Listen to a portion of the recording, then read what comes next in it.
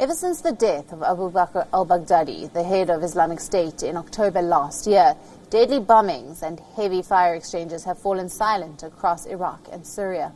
Iraq, as a country, still stands torn apart between political instability and the fleeting moments of peace in a post-COVID-19 world.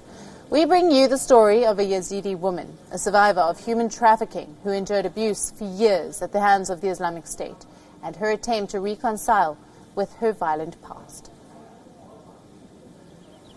This is Qasr al-Mihrab in northern Iraq, once a village with more than 1,000 thriving Yazidi families. Today, we find not more than 300 with nothing but their memories and poignant tales of survival at the hands of the Islamic State. In August 2014, around 50,000 Yazidis fled to Mount Sinjar fearing for their lives.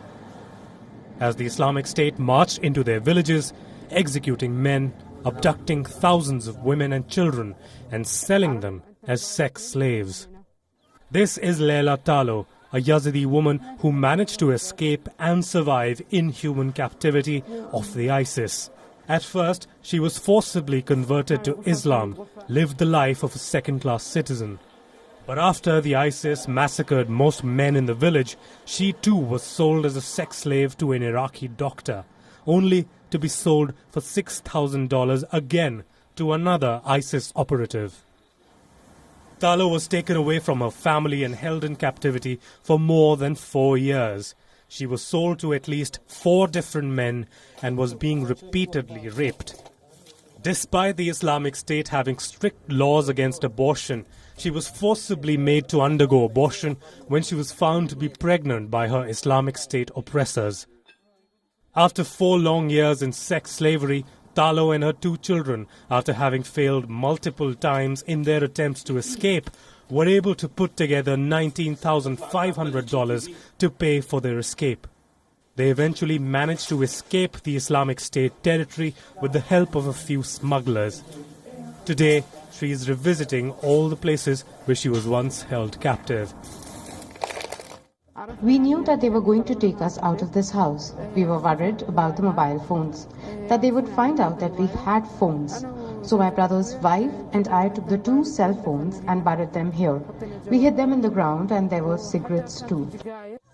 Talo's young niece is also one of the youngest victims of violence by ISIS. She too was sold into sex slavery by ISIS fighters and was rescued from Syria only in February.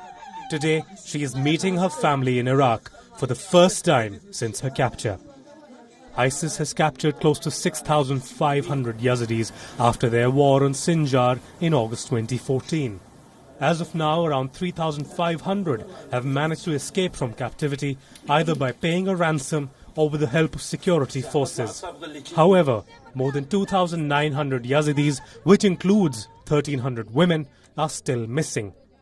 Security forces and experts believe that most are dead and the remaining few are living in opposition-controlled areas of Syria. As of now, a team for the Commission for International Justice and Accountability are investigating crimes and building the case of genocide against the ISIS. Bureau Report, WION World is One.